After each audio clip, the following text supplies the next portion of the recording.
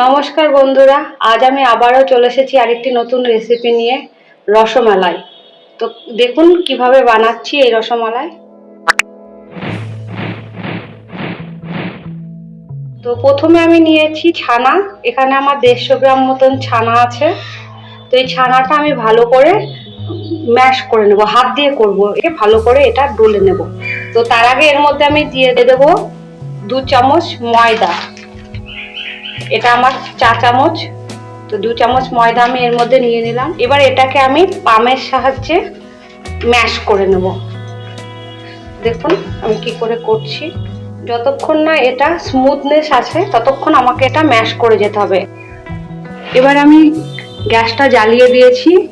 এই একটা বাটি নিয়েছি, আমি 1 বাটি চিনি দিয়ে দিলাম। আর দিয়ে দিচ্ছি 3 বাটি জল। যে বাটি চিনি নিয়েছিলাম সেই বাটি 3 বাটি জল আমি এখানে দিয়ে দিয়েছি। তো আমার এটা প্রায় ম্যাশ করা হয়ে গেছে। আপনারা হাতের এই পামের এই অংশটা দিয়ে ম্যাশ করার চেষ্টা করবেন, তাহলে তাড়াতাড়ি হয়েও যাবে আর ম্যাশটাও ভালো হবে। দেখুন এটা কেমন স্মুথনেস চলে এসেছে। এই যে জিনিসটা ভীষণ স্মুথ হয়ে গেছে। এটাকে আমি ছোট ছোট করে বল করে নেব। এইভাবে ছোট ছোট করে বল করে নেব সবগুলো।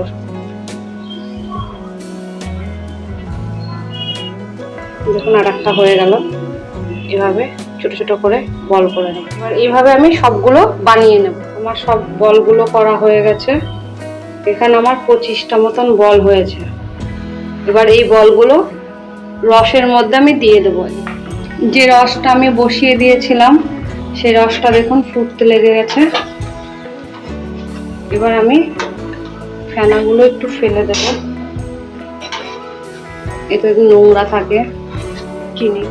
এবার আমি এই বলগুলো একটা একটা করে রসের মধ্যে দিয়ে দেব। সব বলগুলো আমার দেওয়া হয়ে গেল। এবার এটা আমি ঢেকে দেব, ঢাকনা দিয়ে আমি ঢেকে। এবার আমি অন্য একটা পাত্রে ঢেলে দেব। এবার দুধটাকে আমি ফোটাতে দেবো। এখানে আমার প্রায় 1 কিলো মতন দুধ আছে। দুধটাকে ফুটিয়ে আমি অর্ধেক করে নেব। এবার আমি ঢাকনাটা একটু খুলে নেব। দেখুন বন্ধুরা কেমন বড় বড় হয়ে গেছে। এবার আমি একটু উল্টিয়ে দেব। দেখুন কতটা বড় বড় হয়েছে। আপনারা এই একইভাবে রসগোল্লাও বানিয়ে নিতে পারবেন। একটু ঢাকা দিয়ে রাখবো। এবার আমি ঢাকনাটা আবার খুলে নেব। দেখুন এটা কেমন ফুলে উঠেছে আর 1 বাটি হয়ে গেছে।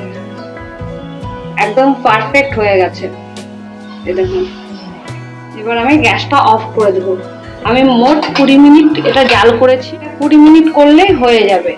একদম লো টু মিডিয়াম রাখবেন গ্যাসের ফ্লেমটা। আমি গ্যাসটা অফ করে দিলাম। এদিকে আমার দুধটাও প্রায় হয়ে এসেছে।